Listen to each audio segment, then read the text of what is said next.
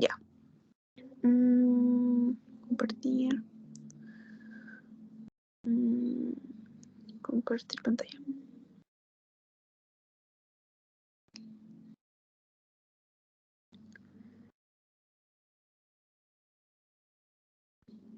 Me avisan porfa si es que ven mi pantalla, please. Sí, que se mira. Se ve. Sí, ya, genial. Ay, Dios mío. Presentar este dispositivo. Ya. Ya, chicos, entonces vamos a empezar hoy día con la asesoría número 8, que ya es netamente lo que queda de todo lo que es el sistema cardiovascular, que es netamente la anatomía por imágenes del sistema vascular. Ya, entonces vamos a empezar con uno de los estudios, que es la arteriografía. Entonces, la arteriografía o angiografía o cateterismo, cualquiera de los tres va a ser como sinónimo, nos va a permitir, digamos, obtener imágenes netamente, o va a ser un estudio netamente de lo que son los vasos sanguíneos mediante una inyección intraarterial de lo que es un contraste, lo cual nos va a poder visualizar todo lo que viene a ser las paredes y, digamos, el contenido como tal de lo que son los vasos sanguíneos mediante una visualización por fluoroscopía.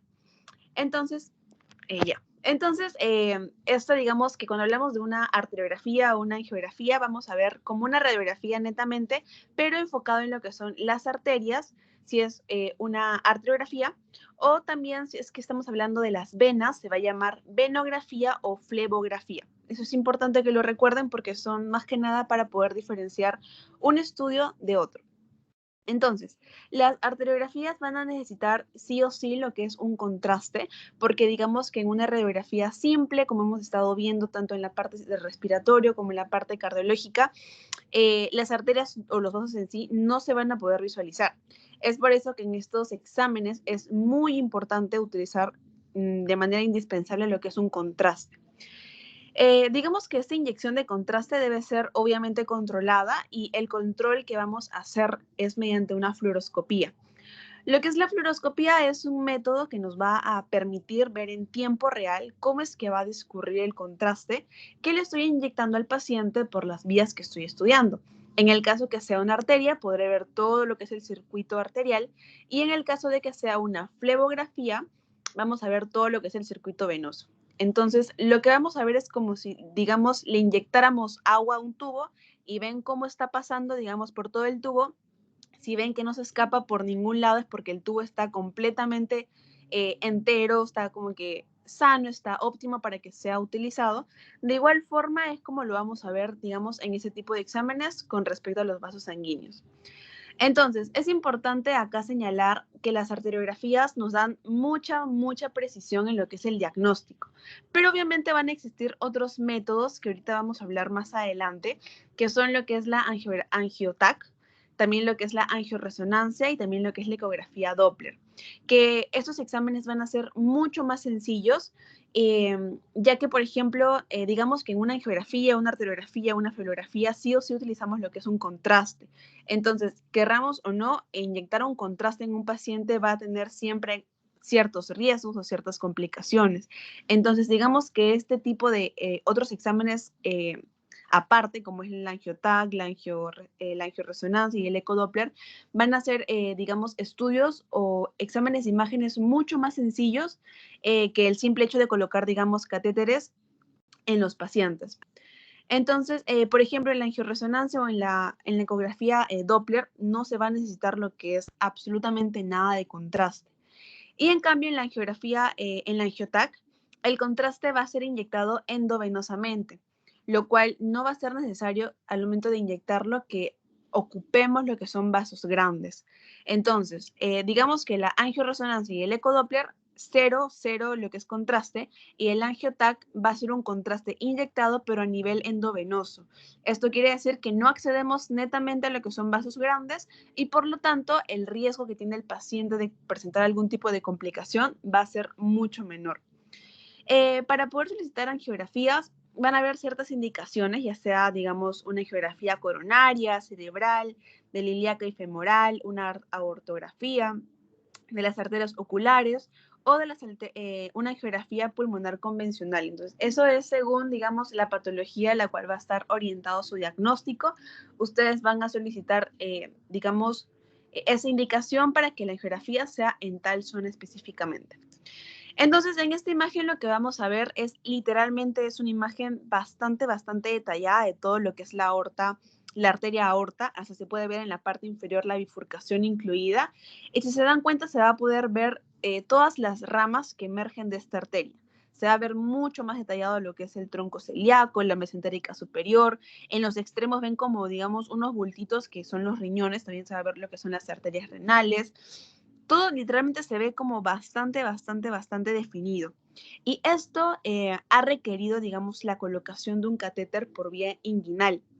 Y desde afuera, con lo que es un inyector automático, colocamos un alto volumen de contraste, lo cual nos va a permitir ver completamente toda esta imagen y poder determinar, digamos, alguna alteración a nivel de las arterias y en, digamos, más exactamente en qué lugar específicamente. Entonces, de igual forma, como les mencioné, la arteriografía nos va a ayudar, digamos, a determinar mucho más exacto, digamos, la estructura anatómica y funcional de lo que son las arterias.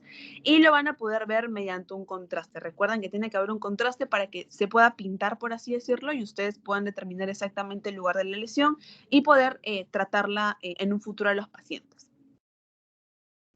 Ahora, tenemos lo que es la flebografía. Este término, digamos, flebografía o también llamado venografía, se va a referir al igual que las arterias, pero en este caso se habla netamente de una representación de las venas.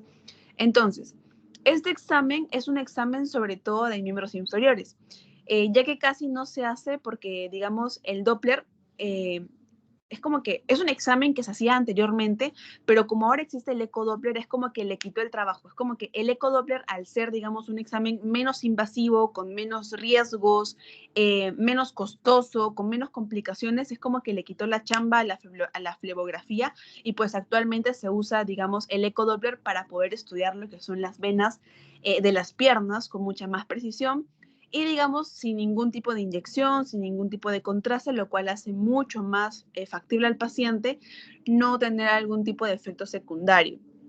Entonces, una flebografía convencional es una inyección de contraste yodado en el sistema venoso para poder estudiar tanto la anatomía y también lo que es el funcionamiento del sistema venoso.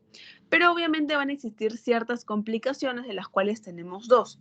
Uno, que es la extravasación local del contraste, o sea, que se pueda salir el contraste. Y dos, que haya algún tipo de reacción hacia el medio del contraste. O sea, al inyectar contraste en el paciente, corremos el riesgo de que también el paciente tenga algún efecto o, digamos, alguna reacción adversa a eso. Entonces, es una complicación que nos puede ocurrir si es que optamos por una flebografía. Pero como les comento, este examen es como que un poco más antiguo porque actualmente existe lo que es el ecodoppler, que es un examen mucho más útil y mejor sin que tenga tantas complicaciones para el paciente. Ya. Entonces, digamos que la flebografía podemos agruparla en dos bloques. El bloque, digamos, de la flebocabografía y el bloque de las flebografías por punción directa. Digamos que primero con el flebocabografía, este se va a usar en pacientes con una insuficiencia renal para saber si es que sus venas cavas están permeables o no. Recuerden que los pacientes con insuficiencia renal, por ejemplo, en estadio 5, en estadio 4 para 5, van a necesitar sí o sí hacerse lo que son las hemodiálisis o diálisis. Entonces, estos pacientes con hemodiálisis tienden a formar trombos y una de las formas de tratarlo es colocando catéteres en la subclavia que van a llegar hacia la cava superior. Entonces, si en estos pacientes, digamos, tienden con el tiempo bastante prolongado estos catéteres, van a producir, digamos, una cierta reacción inflamatoria, porque es como si hubiera un cuerpo extraño metido en esa zona. Entonces, con el tiempo, estos catéteres van a producir lo que es una reacción inflamatoria en la cava y pueden producir lo que es una estenosis o una trombosis.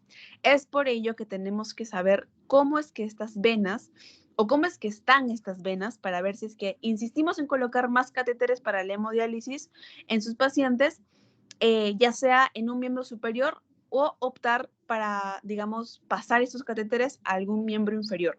Más que nada es para ver netamente cómo es que se encuentra la vena cava y en base, digamos, a la estructura que ustedes puedan ver, determinar, digamos, una mejor calidad para el paciente en estas condiciones con insuficiencia renal y que le puedan, digamos, optar por tomar, digamos, otra área u otra zona venosa de su cuerpo para que pueda, digamos, tener un mejor tratamiento con hemodiálisis o diálisis. La otra forma que tenemos de flebografía es por punción directa. ¿Y qué hacemos en una por punción directa? Lo que vamos a hacer primero es encontrar alguna zona con muchos vasos que tenga, digamos, un potencial para hacer algún tipo de malformación venosa o algún tipo de fístula. Y en esa zona que encontramos vamos a pinchar directamente en toda esa zona, digamos, donde vemos una zona de bastantes vasos y una vez que pinchamos directamente vamos a estudiarla. Entonces, se hace lo que es una flebografía cuando hay primero una clínica de trombosis venosa profunda. Ustedes sospechan un paciente con clínica de trombosis venosa profunda.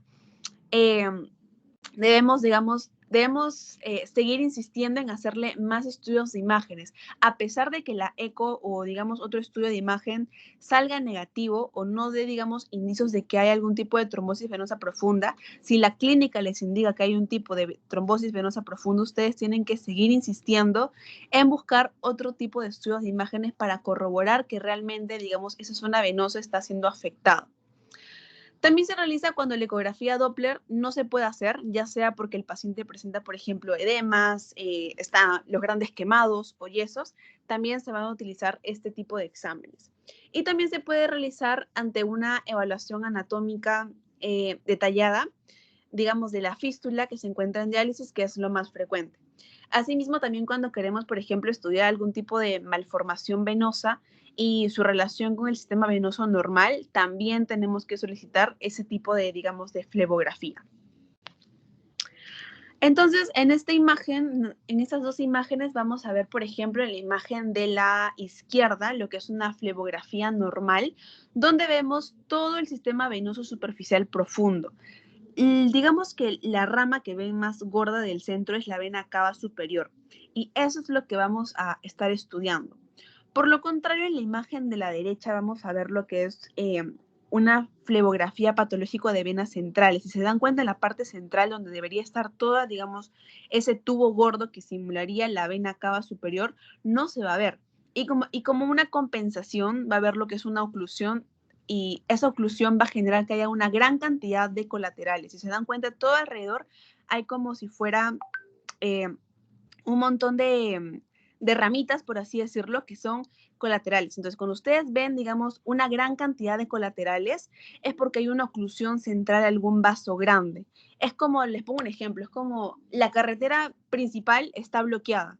Los autos van a buscar como que rutas alternas, chiquitas, porque son como le decimos, como que cortacaminos, o no sé cómo se llaman.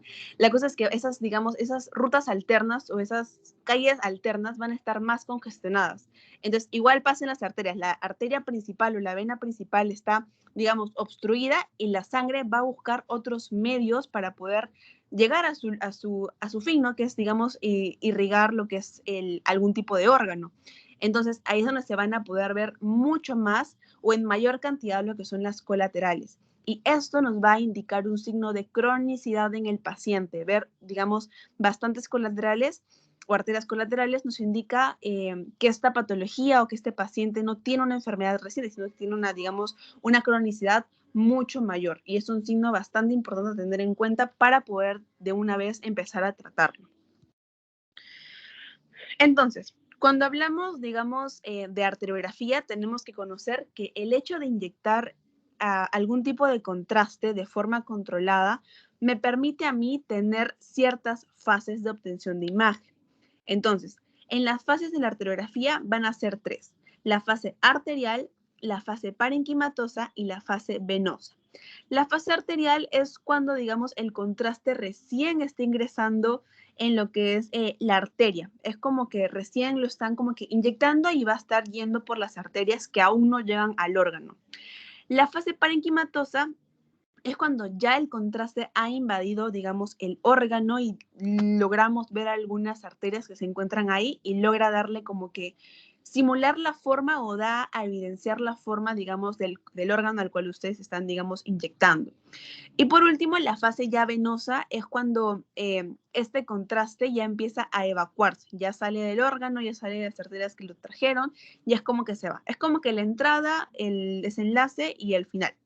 Igualito. Recuerden esas tres fases de la arteriografía, por favor. La arterial, la fase parenquimatosa y la fase venosa.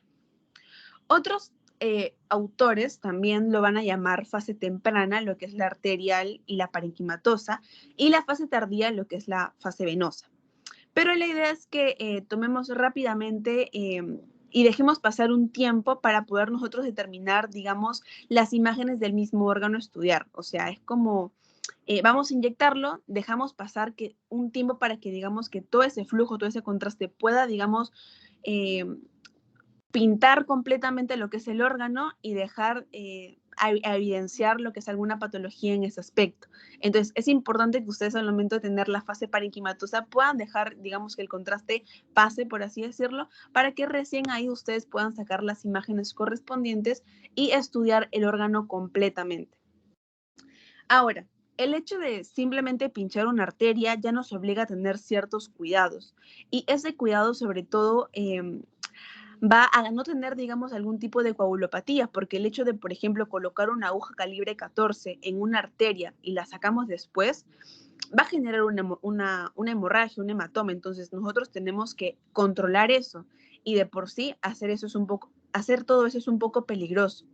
Entonces, hay que ver siempre, digamos, algunas contraindicaciones que tiene el paciente para no optar por este tipo de estudios. Por ejemplo, que él tenga algún tipo de coagulopatías, que tenga alergia a los contrastes yodados, porque recuerden que los contrastes yodados se van a eliminar por los riñones. Y si, por ejemplo, tenemos un paciente con una insuficiencia renal, a no ser que el paciente se vaya a dializar muy pronto, no deberíamos hacerle un estudio contrastado con alto volumen, pero no es una contraindicación absoluta. De hecho, hay exámenes actualmente que hacen con una insuficiencia renal crónica severa, pero lo importante acá es cuándo el paciente se va a hacer la diálisis. Si es que, por ejemplo, se va a hacer en la mañana el examen de imágenes y en la tarde va a hacerse la diálisis, ahí sí podría hacérselo. Pero si es que se va a hacer la diálisis al día siguiente, pues ahí sí sería un contraindicado porque iría contra, digamos, su salud y puede presentar algún tipo de complicaciones. Por otro lado, tenemos también asociaciones a complicaciones, como les digo, el hecho de pinchar una arteria grande, como lo es la arteria femoral, por ejemplo, puede producir algún tipo de hemorragias, algún tipo de hematomas, algún tipo de pseudoaneurisma o una fístula arteriovenosa. Entonces, esa es una complicación bastante recurrente que pueden pasar en estos pacientes que se les realiza este tipo de exámenes. Con respecto a lo que es la manipulación del material, se refiere al manipular las arterias, debemos sí o sí colocar dispositivos, por ejemplo, como son los catéteres. Entonces, si lo colocamos mal, tenemos una mala técnica, no sabemos, somos inexpertos, somos internos recién entrando al internado y no sabemos hacerlo correctamente, podemos disecar alguna parte de la íntima arterial o desprender, por ejemplo, un ateroma y eso trae consecuencias fatales para el paciente. Entonces, también el tema de manipulación del material, el tema de la técnica que hagamos, digamos, el examen es muy importante para no tener algún tipo de complicación.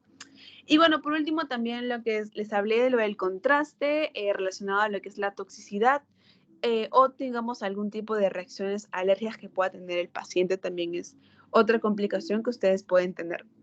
Lo importante de esta diapo, que me interesa que se lo memoricen, es que las fases de la arteriografía son tres: fase arterial, fase parenquimatosa y la fase venosa. Además, digamos, de estas tres fases que tenemos, debemos tener presente otras cosas. Y es que dependiendo de dónde coloquemos el catéter y de lo que retiremos, podemos tener estos tres tipos de arteriografía. Podemos tener lo que es la arteriografía global o de mapeo, podemos tener la arteriografía selectiva y podemos tener la arteriografía superselectiva. En el caso de la arteriografía global o de mapeo, es cuando vemos, digamos, todo lo que es el arco aórtico. Por ejemplo, vamos a ver cómo emergen todo y cada una de sus ramas. Vamos a ver, digamos, vamos a tener una vista, vamos a visualizar toda la zona anatómica, pero no solamente de un vaso, sino que, digamos, de todas las ramas que también emergen de este vaso. Y digamos que va a ser un mapeo completo del paciente. En el caso de optar por una arteriografía selectiva, esto va a ser cuando el catéter que le ponemos al paciente se va a encontrar en la entrada de alguna arteria. Por ejemplo, si es que optamos por hacerle un estudio a nivel de la arteria renal, vamos a inyectar lo que es el contraste exclusivamente a la arteria renal. Y ya no vamos a ver nada de otras arterias. Por ejemplo, solamente vamos a ver la arteria renal y no va a aparecer ni la aorta, ni la mesentérica, ni el tronco celíaco. Vamos a ver exclusivamente lo que es la arteria renal.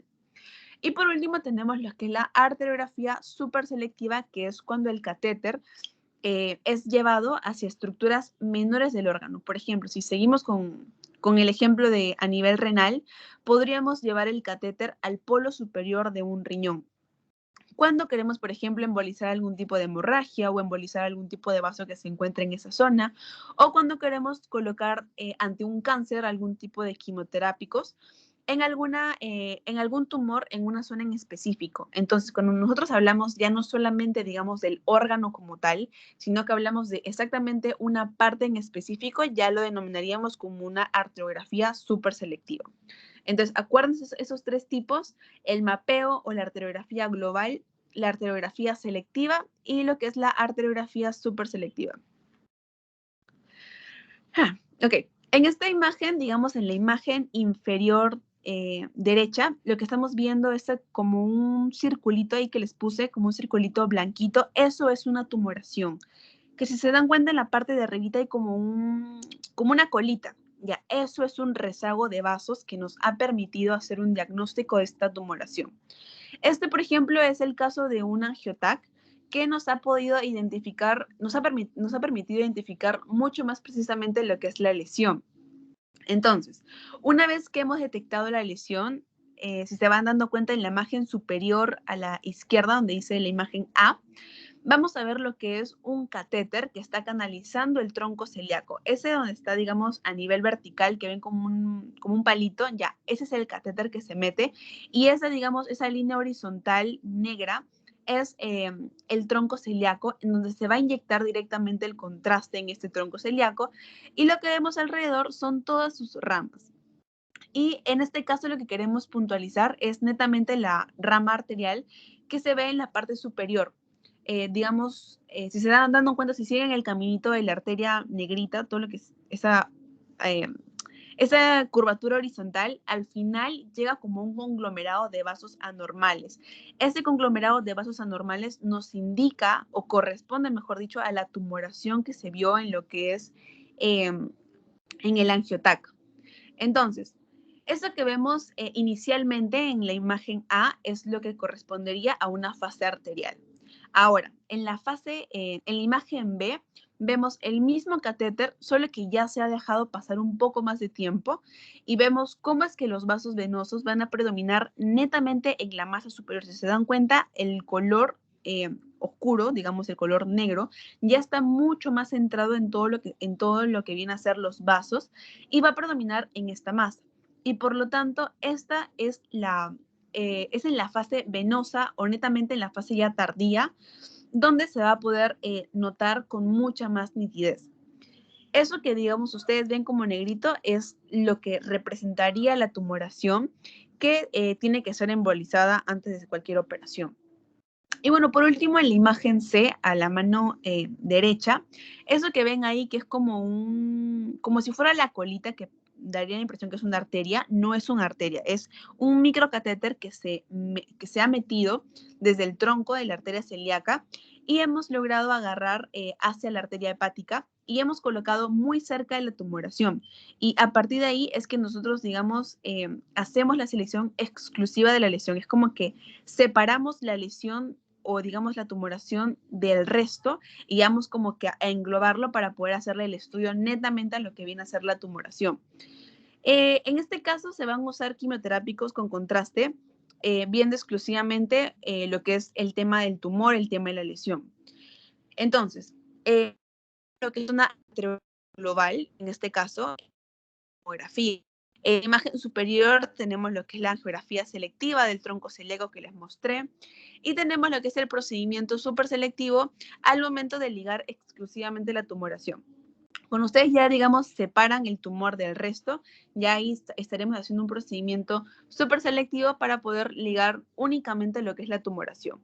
Ahora, si me preguntan cuál de las fases es mejor para tal lesión o para tal patología o para algún tipo de cáncer, la respuesta sería que ninguna ni otra, porque debemos siempre buscar hacer completamente las fases, o sea, tenemos que buscar siempre hacerle un mapeo completo al paciente para poder no solamente identificar esa parte, sino identificar qué otras zonas también se puede haber afectado.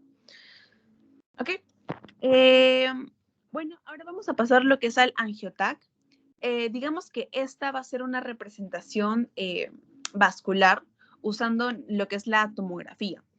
¿Qué nos va a permitir esto? Nos va a permitir realizar, digamos, un mapeo vascular completo del acceso vascular, o sea, nos va a permitir ver tanto las venas como las arterias centrales y también nos va a permitir ver lo que son las estructuras que van a rodear el acceso vascular.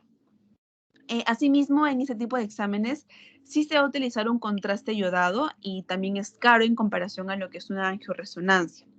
Ahora, acá sí quiero que recuerden 4 patologías, bueno, en su teoría les pusieron casi como 5 o 6, pero hay 4 patologías principales en las cuales ustedes deben pedir sí o sí un angiotac. Entre las cuales tenemos, primero, las malformaciones vasculares. Segundo, lo que es una hemorragia subaracnoidea. Tercero, lo que es un accidente cerebrovascular. Y cuarto, lo que son las oclusiones o trombos. Acuérdense, por favor, esas 4, hasta en su teoría les ponen 5, porque esa fue pregunta de examen en mi año, me acuerdo, donde me pusieron cuál no pertenecen y pusieron todas y tenemos que marcar la que no era. Entonces, acuérdense, hay 4 o hasta 5 patologías. Malformaciones vasculares, hemorragia subaracnoidea, accidente cerebrovascular y lo que son las oclusiones o trombos. Ahora, en el caso de una angioresonancia, lo que me va a permitir es realizar algún tipo de mapeo vascular completo del acceso vascular. También nos va a permitir de igual forma ver lo que son las arterias, las venas centrales, pero este, a diferencia del anterior, no va a usar un contraste iodado ni ningún tipo de radiaciones ionizantes. Asimismo, si el otro era caro, este va a ser más caro. O sea, es como que mayor, porque, o sea, obviamente no utiliza, digamos, algún tipo de radiación o algún tipo de contraste iodado, y por ende se va a ver como que mucho más caro. Es como que el anterior, que era un angiotac, era mediano, y este va a ser más caro, y por ende va a estar poco disponible, o digamos que los pacientes que puedan optar por este estudio son escasos o mínimos, ¿no? Entonces, va a ser un poco más difícil optar por ese tipo de imágenes, más que nada por la baja accesibilidad o la poca accesibilidad para los pacientes. Y además que la angioresonancia va a estar indicado también en pacientes con insuficiencia renal. Bien, ahora vamos a ver lo que es el Doppler venoso y arterial. Y en este punto, cuando hablamos del Doppler venoso y arterial, vamos a usar 3 modos. El modo B, que es el modo corriente, que es como que lo que la mayoría conoce, lo cual nos va a permitir ver, por ejemplo, órganos como los riñones, como la vesícula. Y luego tenemos el modo color y el modo espectral. El modo color nos va a permitir visualizar lo que es el flujo, y el último, que es el modo espectral, la verdad no se usa mucho, pero en su teoría lo mencionan, así que también se los voy a mencionar ahorita. Entonces, el Doppler va a ser, digamos, el método de elección para el estudio de las venas y las arterias, y lo pedimos inicialmente porque es un procedimiento donde el paciente literalmente es como que puede estar echado, se sienta, solamente se coloca el transductor, es como una ecografía normal, se coloca el transductor sobre la piel y listo. Es un examen bastante sencillo, no es invasivo y es bastante accesible para los pacientes. Además, va a ser de fácil acceso, no utiliza ningún tipo de sustancia de contraste, algún tipo de inyección, por lo cual digamos que las complicaciones como hematomas o hemorragias, en este caso van a ser completamente nulas. O sea, no hay ningún riesgo para el paciente de poder desarrollar algún tipo de hematoma o algún tipo de hemorragia. Ahora, Como no todo puede ser bueno, lo malo en este tipo de exámenes es que es operador dependiente. O sea, mientras más experto sea el técnico que lo vaya a hacer o el médico que lo vaya a hacer, vamos a tener mejores resultados. Entonces, eh, aquí lo importante, si se dan cuenta, es la sensibilidad y la especificidad que maneja. Es 95, 98%. El valor predictivo negativo y positivo también oscilan en valores muy parecidos, cosa que nos da la confiabilidad y la seguridad de que el examen que sale acá va a ser con un resultado bastante confiable para el diagnóstico del paciente. Entonces, en el Doppler venoso tenemos que estudiar dos tipos de circulación. Una que es la circulación venosa superficial y otra que es la circulación venosa profunda. En el caso de la circulación venosa superficial, la vamos a efectuar de pie del paciente y usamos la técnica de mapeo que ya les expliqué y vamos a marcar lo que es el tema o todo lo que es el marcaje venoso mediante el cual vamos a ir recorriendo todo el sistema, desde el sistema safeno, desde sus callados, hasta la porción, digamos, más distal y todo esto, y vamos a poder visualizar lo que es el recorrido de las diferentes colaterales y también de las venas perforantes. Con gran detalle anatómico, o sea, van a ser bastante notorias anatómicamente, lo cual se va a poder evaluar la presencia de los flujos en los segmentos que vamos a examinar. Ahora, acá, digamos, la palabra o el punto importante es la palabra reflujo. Les explico. Normalmente las arterias y las venas son conductos que van a tener líquidos, que van a fluir en una sola dirección. En el caso, por ejemplo, de las arterias, van a llevar sangre desde el corazón hacia todo el cuerpo en una sola dirección. Y en ningún momento esa sangre va a retornar. Por lo contrario, en el sistema venoso, de igual forma, va a traer lo que son la sangre desde los pies hasta el corazón. La sangre va a subir y no va a regresar, al menos que haya algún tipo de patología que hace que la sangre suba y regrese. Suba y vuelva a subir y vuelva a bajar. Y evidentemente en ese subir y bajar, digamos, de la sangre, las venas distales van a ir sufriendo. Y como va a ser una enfermedad, una patología crónica, como va a estar en sub y baja, las venas distales se van a empezar a dilatar. Entonces, ese movimiento de ida y vuelta lo vamos a llamar reflujo. Y como comprenderán, este reflujo es lo que refleja algún tipo de anormalidad venosa. O sea, no es lo usual que tengamos un flujo, por así decirlo, turbulento que esté subiendo y bajando, porque eso ya nos indicaría que hay algún tipo de anormalidad o algún tipo de patología. Ahora, por otro lado, tenemos lo que es la circulación venosa profunda. En este punto, en esta circulación venosa profunda, vamos a ver lo que son las ilíacas externas, lo que es la femoral, la femoral profunda, las popliteas, lo que son también las niveles anteriores y posteriores. Pero lo importante acá es que en estos pacientes solo van a poder ser examinados ya sea sentados o acostados. Aquellos pacientes que presentan algún tipo de sospecha clínica de trombosis venosa profunda. Si se recuerdan en el anterior, el paciente podía, digamos, se realizaba el examen de forma de pie. En este caso, en una circulación venosa profunda, el paciente va a estar, digamos, acostado o puede estar sentado. Y en este caso de pacientes, vamos a tener una sospecha de trombosis venosa profunda.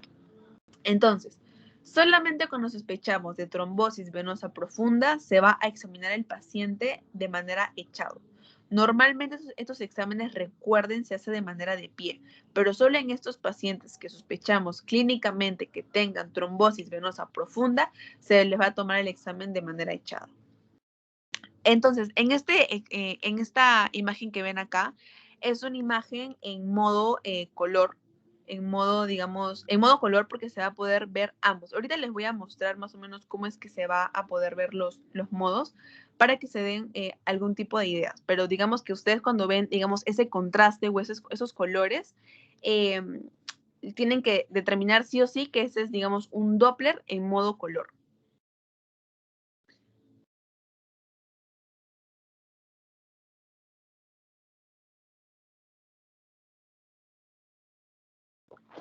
Ay.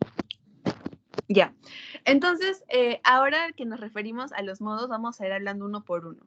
El primer modo, que es el modo B, es donde vamos a poder ver lo que es una vena o una arteria, que únicamente vamos a verlo, digamos, completamente anecoico. O sea, anecoico, acuérdense que en ecografía se va a traducir como color negro. Entonces, si se dan cuenta en la imagen de la izquierda, ven como si fuera un canal que se ve negrito, ya eso se va a ver completamente anecoico. Entonces, cuando ustedes ven un canal completamente anecoico de las arterias o las venas, es porque ese ecodoppler está en modo B. Y bueno, también van a poder ver mucho más específico con lo que son las paredes netamente de los vasos. ¿Qué más? Y nada más. Solamente únicamente van a ver anecoico, van a ver el color negro de los vasos y las paredes se van a ver un poco más definidas o digamos los límites se van a poder evidenciar en este modo. Entonces, cuando ya nosotros aplicamos el contraste y esa zona negra del Doppler asume un determinado color, es donde vamos a determinar que estamos frente al modo color. Es súper sencillo para poder diferenciarlo con el anterior.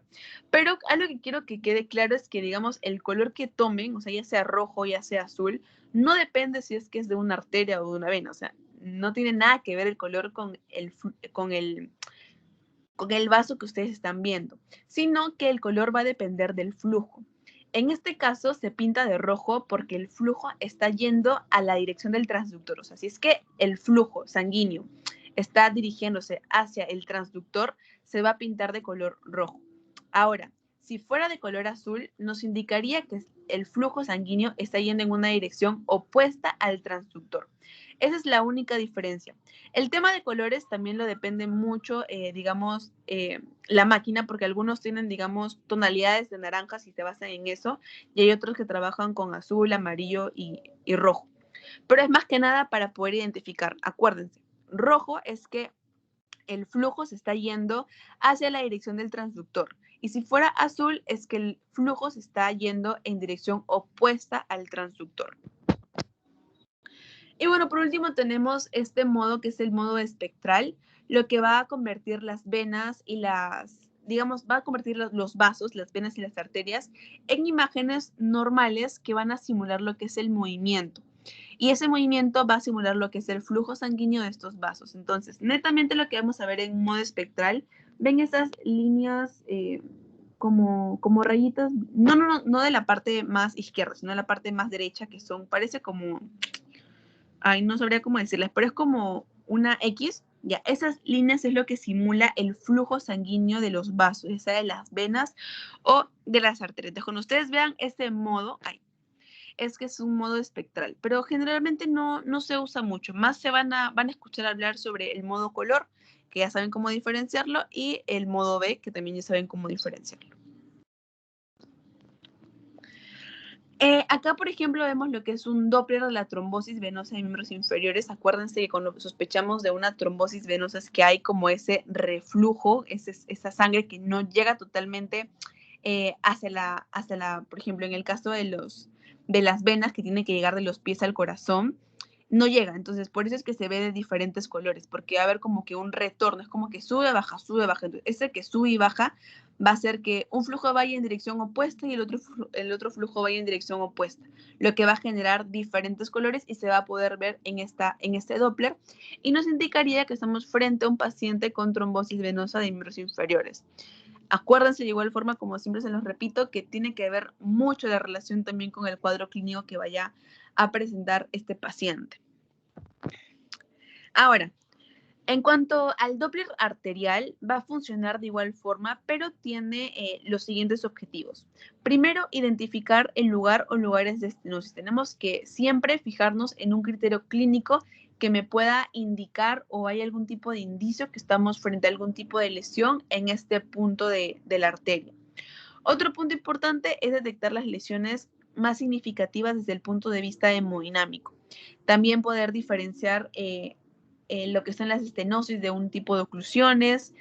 También nos permite valorar lo que es la gravedad de la estenosis, medir la longitud de las oclusiones y también identificar lo que es la presencia y la localización de ciertos aneurismas. Aquí el Doppler espectral, por ejemplo, en la parte de la imagen en negra, en la parte más inferior, ven como si fuera un EKG, algo parecido. Ya, es muy importante aquí el ecodoppler espectral en el caso de la arteria porque van a simbolizar o van a ¿cómo decirlo? Va a simbolizar lo que son las líneas, mucho más firmes y más intensas. Y es que va a tener, digamos, tres características. Así como en el EKG hay, digamos, la los segmentos y todas las partes del EKG como tal, acá también va a haber lo que es un pico hacia arriba, va a haber un pico hacia abajo y va a haber un tercer pico que va a ser mucho más pequeño. Si se dan cuenta, hay un pico alto, un pico bajo y un pico como una curva chiquita. Ya, entonces eso, digamos, el que va para arriba simboliza lo que es la sístole, el que va para abajo simboliza lo que es la diástole y esa curva chiquita simboliza lo que es la resistencia de la pared o también llamada elasticidad de la pared. Ahora, cuando ustedes encuentren alguna de estas tres fases en algún tipo de anormalidad alteradas, ya sea que solamente esté bifásica, es como el EKG, es muy parecido. Ustedes encuentran algún tipo de anormalidad, solamente encuentran dos, solamente encuentran una, solamente encuentran todas para arriba o algunas para abajo, es donde vamos a poder profundizar mucho más en algún tipo de anormalidad en la zona. Pero eso ya no se complica mucho, la cosa es que ustedes sepan identificar lo que es a nivel de un Doppler arterial y lo que significa cada una de estas de uno de estos picos y cuál es, digamos, la parte normal y lo que significa, ¿no? La sístole, la diástole y la resistencia de la pared o la elasticidad de la pared. Ahora, creo que esta es la última, que es la radiología vascular e intervencionista. Esta, digamos que es una de las cosas más nuevas en la radiología, porque ahora no solamente se puede ver la imagen como tal, sino que también van a poder intervenir e incluso hacer algunos tratamientos, obviamente en relación estrecha con el médico tratante que los pueda ayudar, de muchísimas patologías, pero ahora no solamente ustedes son observadores pasivos donde les muestran una imagen, sino que a través de estos procedimientos van a poder intervenir e incluso hacer algún tipo de tratamiento para algunas patologías que tengan los pacientes. Entonces, no sé si habrán escuchado, la verdad, este nombre o la técnica de Seldinger, que en 1953 es donde, digamos, este señor realiza lo que es esta técnica, en donde se colocó una aguja, digamos, se colocó una aguja y a través de esa aguja lo que se va a colocar es como que una guía muy fina metálica, y por esa guía muy fina metálica lo que hizo es colocar como un catéter. Y esa, digamos, esa colocación del catéter se le conoce como técnica de Seldinger. Entonces, el objetivo de, digamos, de la radiología intervencionista es poder no solamente observar, sino también poder identificar y tratar ciertas patologías de una manera mínimamente invasiva.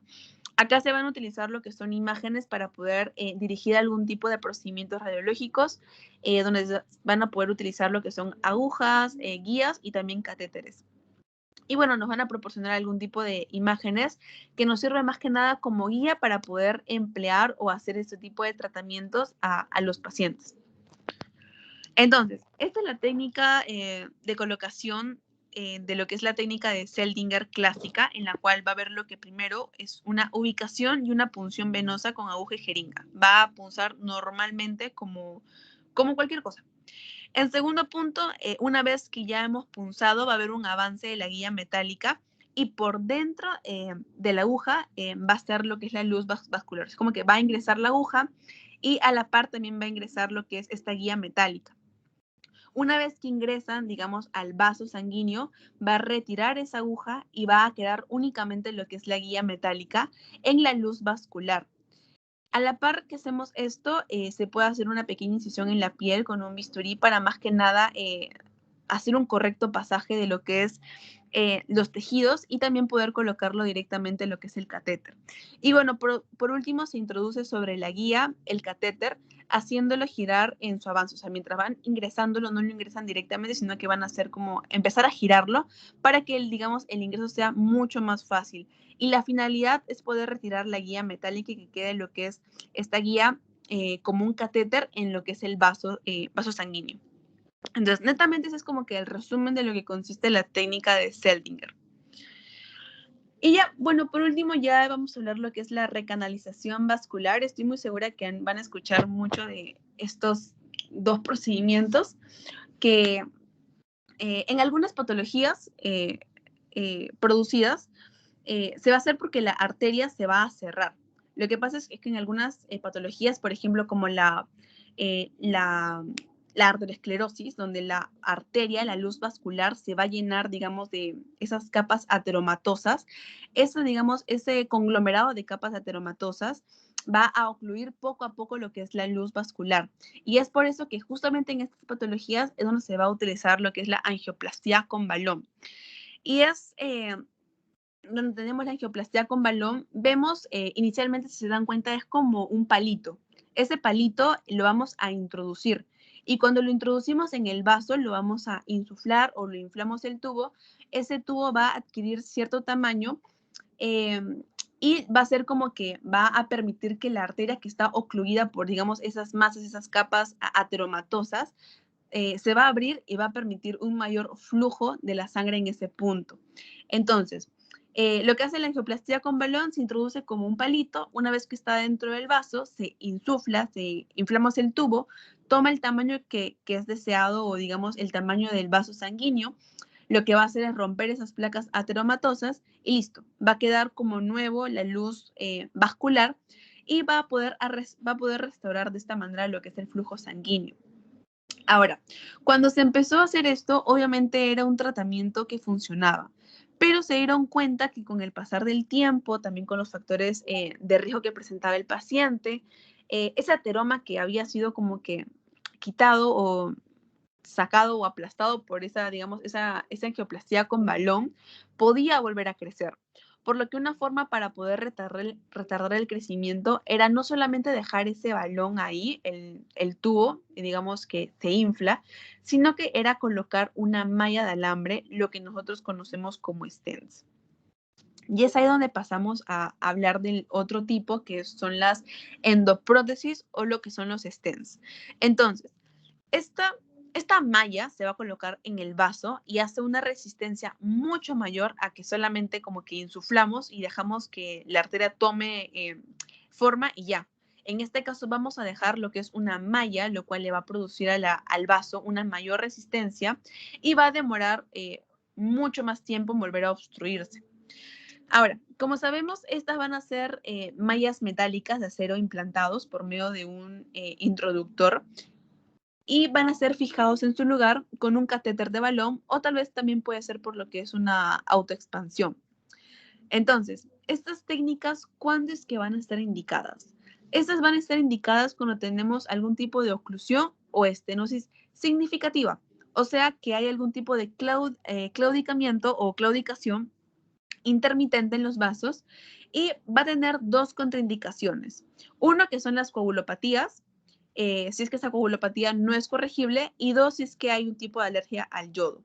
Entonces, estas técnicas es más que nada y se usa mucho en pacientes obesos que generan algún tipo de arteriosclerosis o digamos estas placas ateromatosas que sirven bastante bien para ellos para poder restaurar lo que es el flujo sanguíneo y que con el tiempo, digamos, esa zona no genere algún tipo de patología que pueda llegar al paciente a un estado más crónico, más, digamos, un estado peor del que el cual se puede encontrar actualmente. Entonces, miren en la imagen del centro, miren cómo esta arteria es de la arteria de es la arteria poplitea, donde si se dan cuenta en los extremos hay como unos palitos negros y en el centro es como si no hubiera nada. Ya, digamos que ese centro es la arteria obstruida o trombosada y es por eso que hay un montón de colaterales. Cuando ustedes vean esas arterias como ramitas chiquitas alrededor de la arteria principal, son las colaterales. Y cuando les dije que se encontraban cuando era una enfermedad crónica, ¿por qué? Porque obviamente el flujo sanguíneo busca otras rutas de poder llegar o de poder llevar la sangre y es por eso que se empiezan a marcar esta gran cantidad de colaterales. Entonces, en este caso de pacientes van a sentir una gran molestia al caminar por mucho tiempo, por lo cual los va a obligar a pararse. Hay un signo muy curioso que me acuerdo que me comentó mi doctor que se llamaba el signo del mirador de vitrinas, porque digamos que estas personas es como que van caminando por la calle y de la nada les viene un dolor tremendo en esa zona y los obliga a pararse, a mirar y estar como que ahí caminando un rato y luego vuelven a caminar y eso se repite, ¿no? Como que caminan, les duele, dolor bastante intenso, se paran, les reposa y vuelven a caminar y así se sigue repitiendo el ciclo. Entonces, cuando esto se incrementa, se van a producir estas lesiones que ven en la parte inferior en el dedo pulgar, en el dedo del pie, en el dedo gordo del pie, perdón, donde van a ver ya no solamente, digamos, un tipo de adormecimiento, por ejemplo, o algún tipo de dolor, sino que ya llega a desarrollar algún tipo de necrosis distal en los miembros inferiores. ¿Por qué? Por la falta de flujo sanguíneo. Entonces, si esta, digamos, esta patología no se trata a tiempo, puede llegar a producir en el paciente algún tipo de necrosis distal exclusivamente en los miembros inferiores. Ahora, aquí quiero que se fijen en la imagen de la izquierda. Esta es otra arteria en la imagen de la izquierda, donde vamos a poder ver que está mucho más estrechada en la parte inferior, si se dan cuenta. Y lo que hace aquí es ingresar, lo que hacemos es ingresar con este aparatito, con el globo que ya les expliqué. Este globo se hincha o se infla, se espera un rato para que la arteria pueda tomar, digamos, la forma normal. Luego se desinfla, se saca como que todo el material que se ha utilizado y de esta manera se puede restaurar el flujo sanguíneo. Si comparan la imagen de la izquierda con la derecha en la parte inferior, ven cómo es, digamos, ha pasado la arteria de ser delgadita, delgadita en la parte más de abajo, a ser una arteria un poco más gruesa con un diámetro vascular mucho mayor que va a permitir un flujo sanguíneo mayor al anterior. Digamos que a este procedimiento lo que se conoce es, se le llama como una angioplastía, dilatación arterial con catéter de balón. Y bueno, esto es lo que yo les decía, que era una angioplastía con catéter, balón y stent. De igual forma se va a, si se dan cuenta en la imagen de la izquierda, ven una arteria bastante estrecha, con capas ateromatosas. Y lo que se va a hacer es introducir este balón, el cual ya tiene incorporado un stent. Se ingresa ese balón, se infla, se espera un rato a que la arteria, digamos, tome un poco más de forma. Y lo que se va a retirar es el balón solo y se va a dejar únicamente el stent. Se deja el stent solito y obviamente la arteria, como va a haber algo ahí metálico, va a permanecer lo que es el espacio o la luz vascular mucho más grande a la que tenía anteriormente. Ahora, ya por último tenemos lo que es contrariamente a la dilatación, tenemos lo que es la embolización endovascular. Entonces, ¿qué hacemos? Digamos que ahora, contrariamente a la dilatación, lo que vamos a hacer es producir más flujo de sangre. Lo que vamos a hacer es netamente es cerrar el flujo de sangre. Es lo opuesto al anterior. Si el anterior es como que queríamos optimizar para que haya más flujo de sangre, en este caso lo que se va a hacer es cerrar el flujo de sangre, o sea, interrumpir el riego sanguíneo de una determinada estructura o una parte netamente del cuerpo para poder evitar algún tipo de complicación. Digamos, este tipo ¿cómo se llama? Ese tipo de maniobra, ese tipo de táctica que ustedes van a utilizar, tiene ciertas patologías en las cuales va a ser muy útil. Y dentro de las indicaciones es importante también que se lo aprendan, es que tenemos las aneurismas vasculares, generalmente las cerebrales. Tenemos también lo que son las malformaciones arteriovenosas, en el caso de las fístulas también. Se puede utilizar lo que son en tumores vasculares, tanto hepáticos como cerebrales, en angiofibromas y también en hemangiomas. Entonces, esto es importante también que se lo aprendan. A veces les pueden preguntar en sus exámenes indicaciones de tal examen, indicaciones de tal examen de imagen, y ustedes tienen que marcar obviamente lo que les ponen también en su teoría. Sería bueno, yo no tengo sus PPTs de este año ni el año pasado, pero eso lo hice con el de mi año. Entonces, me acuerdo que en esta clase habían un montón de diapos con respecto a indicaciones y complicaciones y contraindicaciones. Entonces, esas tres cosas es importante que se lo aprendan porque les pueden preguntar sí o sí. En mi año me preguntaron, me acuerdo, de complicaciones e indicaciones de algunas, y sería bueno que ustedes también se lo repasen porque es como que pequeñas fijas que les pueden venir en sus exámenes. Ok, entonces acá tenemos lo que es una arteriografía inicial que está, digamos, está demostrando, ven lo que señala la flecha en la parte izquierda, que ven como una manchita, ya.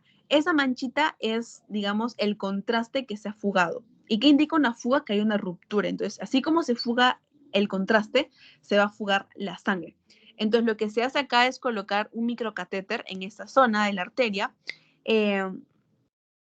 que irriga toda esa zona, y esa es la arteriografía en la mano, digamos, en la mano derecha, es la arteriografía posterior, y si se dan cuenta, la zona que se había manchado con el contraste ha desaparecido. ¿Por qué? Porque se ha podido corregir, porque se ha, digamos, cortado, por así decirlo, o se ha ligado esa zona que estaba demostrando como que, ¿cómo decirlo? Esa zona arterial donde, digamos, se salía o se zafaba la sangre, había una fuga de sangre. Entonces, esa fuga de sangre se podía ver en este tipo de arteriografía porque el contraste también se salía. Entonces, lo que hacían acá es meter este microcatéter, y ese microcatéter hacía que esa zona donde había una fuga se vaya y, digamos, que pueda restaurar correctamente lo que es el flujo sanguíneo en esa zona de los vasos. Y bueno, ya por último tenemos en esta imagen lo que vemos al lado izquierdo son las arterias bronquiales patológicas, y lo que señala la flecha roja es netamente la parte patológica de esta imagen, y para el lado derecho vemos lo que es el resultado de esto tras una embolización. Generalmente se hace con partículas de PBA, lo que va a señalar netamente la flecha azul. Entonces, si se dan cuenta, en el lado izquierdo ven un cúmulo de un montón de, digamos, de arterias bronquiales que se encuentran de manera patológica, de manera diferente, y todo eso lo va a hacer como un conglomerado. Y una vez que se hace, digamos, este procedimiento, ese tipo de embolización de esas arterias, digamos que todo ese cúmulo se va a traducir solamente en una única arteria. Entonces se va a ver mucho más ordenada, mucho más precisa, y van a poder solucionar lo que es en el tema de la patología del paciente. Entonces, estas son como que las imágenes o los estudios de imágenes que ustedes van a solicitar en el caso de anatomía de los vasos sanguíneos. Como les digo, en el tip de esta clase, o el tip de este segmento, de este tema en sí en particular, es que se puedan aprender lo que son las indicaciones, contraindicaciones de algunas patologías. Es importante que recuerden las fases de la arteriografía. Es importante que recuerden también lo que son los modos. Hablamos del modo B, del modo color y del modo espectro. Y lo que son el stent, también importante cómo es que funciona, y la patología más frecuente, lo que son la arteriosclerosis. Entonces, si es que no hay alguna duda, ahorita les paso el pasito para que lo puedan dar. Ay, Dios mío. A ver.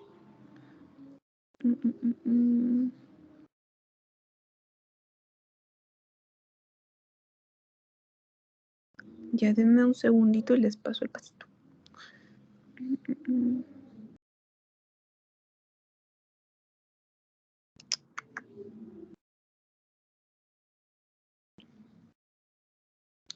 Ay, ¿dónde está? Creo que está.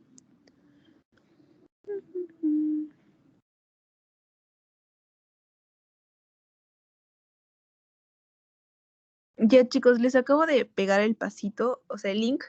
Me avisan si lo pueden ver, porfa. Si no, se los mando igual, como siempre, por, por WhatsApp.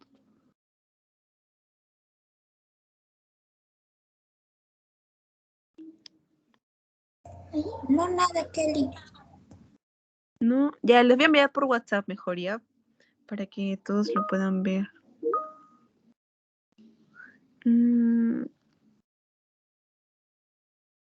Ya, ahí les envié por WhatsApp.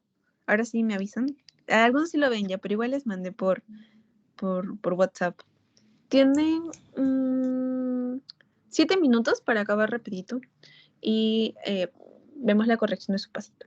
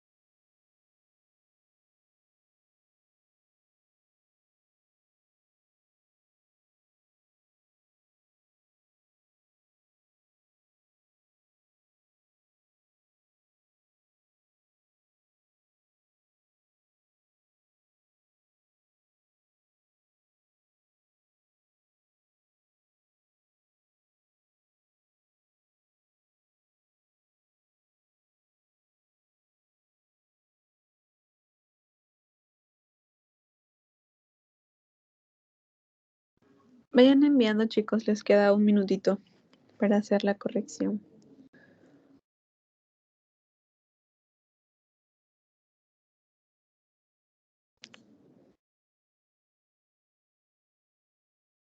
Ya mientras van enviando, voy a ir compartiendo otra vez.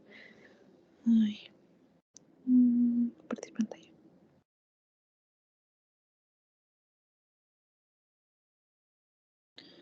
Ya. Ve mi pantalla, ¿cierto? Sí. Chicos. Sí, se mira. Ya. Ya, entonces empezamos.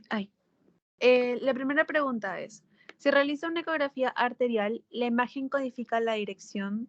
Se realiza una ecografía arterial, la imagen codifica la dirección. ¿Esto qué significa? Yo les había dicho que cuando se veía de color rojo es porque se acercaba al traductor. Entonces, la clave sería la primera. Acuérdense que cuando se aleja es de color azul. No puede ser una imagen espectral porque la imagen, esa es una imagen claramente en modo color. Una imagen espectral, ¿se acuerdan que les comenté que se veía como las del EKG? Si lo pueden relacionar así, pueden tener como una analogía. Y bueno, se mantiene sin cambios en el transductor, es falso porque siempre hay un cambio, ya sea si es que se acerca o si es que se aleja. Entonces, acuérdense, el rojo es que se acerca y el azul es que se va a alejar. Siguiente. De las siguientes indicaciones para realizar una angiotac, marque la que no corresponde, ya que está súper bien, creo que la mayoría, por no decir creo que todos, han marcado tumores y hipófisis. Acuérdense, entre las cuales tenemos malformaciones vasculares, hemorragias subaracnoideas, un ACV o también lo que son las oclusiones. 3. Esta literalmente es una pregunta que me vino en mi parcial de diagnóstico, que literalmente todo lo que dice arriba es fluoro. Ustedes siempre que les venga una imagen de que tenga que ver con vasos sanguíneos, es muy fácil distinguirlo, digamos, el tipo. Entonces, si se dan cuenta, esta imagen es netamente al toque de un Doppler color o un modo color. No puede ser una flebografía, ecografía superficial menos, arteriografía convencional peor. Si ustedes ven esos dos colores, si ustedes ya lo relacionan con lo que es netamente lo que es la ecografía doble, porque es una ecografía, marquen de frente Doppler de color. Nada más. Lo que dice ahí, todo ese, digamos, ese chamullo, entonces, como que, por así decirlo, floro, o digamos el texto completo, pero lo que importa acá netamente es la imagen. Entonces, en la imagen vemos una ecografía de Doppler a color. 4. ¿Cuál es el tipo de mapeo de arteriografía que me permite ver únicamente una rama de alguna arteria sin llegar a estructuras menores? Cuando hablamos de estructuras menores, ya es cuando les digo o se refiere a, digamos, una parte netamente específica de algún órgano. Como les mencioné, puede ser la parte superior del riñón y eso sería, digamos, una arteriografía súper selectiva. Acuérdense, la arteriografía selectiva es que únicamente va a la rama de alguna arteria y va a pintar, va a dar a conocer la arteria, pero únicamente esa rama, no otra rama. La arteriografía global sí abarca más ramas, no puede ser solamente la arteria aorta, puede ser las arterias ilíacas, todo cualquier tipo de arterias, eso es una arteriografía global. La selectiva es únicamente una rama y la superselectiva es, digamos, una porción de estructuras menores de algún tipo de órgano. Entonces la clave es arteriografía selectiva. Y bueno, por último, las 3 fases de una arteriografía, les dije, arterial, parenquimatosa y venosa. Si ustedes han puesto cualquiera de esas 3, ya sea con comas, puntos, rayitas, igual se los voy a hacer valer, yo estoy corrigiendo sus pasitos. Y nada, chicos, espero que con esta asesoría, como les digo, estamos ya culminando lo que es... ya, estamos culminando ya lo que son para su examen parcial. Como les dije, hemos quedado el día de su repasito, si no me equivoco, era un día antes, creo que el primero, era el viernes primero, sí, el viernes primero a las 9:30 de la noche. Voy a tratar de hacerlo lo más resumida posible para que ustedes se puedan llevar para su examen parcial. No tengan miedo, la verdad, del examen de diagnóstico. Apréndanse muy bien algunas imágenes, porque a veces les pueden poner imágenes repetidas de sus clases. Y nada, nos vemos ya la otra semana, si no me equivoco, para empezar lo que es un nuevo segmento que es de los huesitos, a nivel osteomuscular, si no me equivoco. Entonces, igual cualquier cosa que ustedes, cualquier duda que tengan, me escriben por WhatsApp. Y nada, chicos, que tengan un buen fin de semana, descansen ahora sí a mimir. Y nada, gracias. Más bien gracias a ti. Gracias, Kelly. Gracias. Gracias.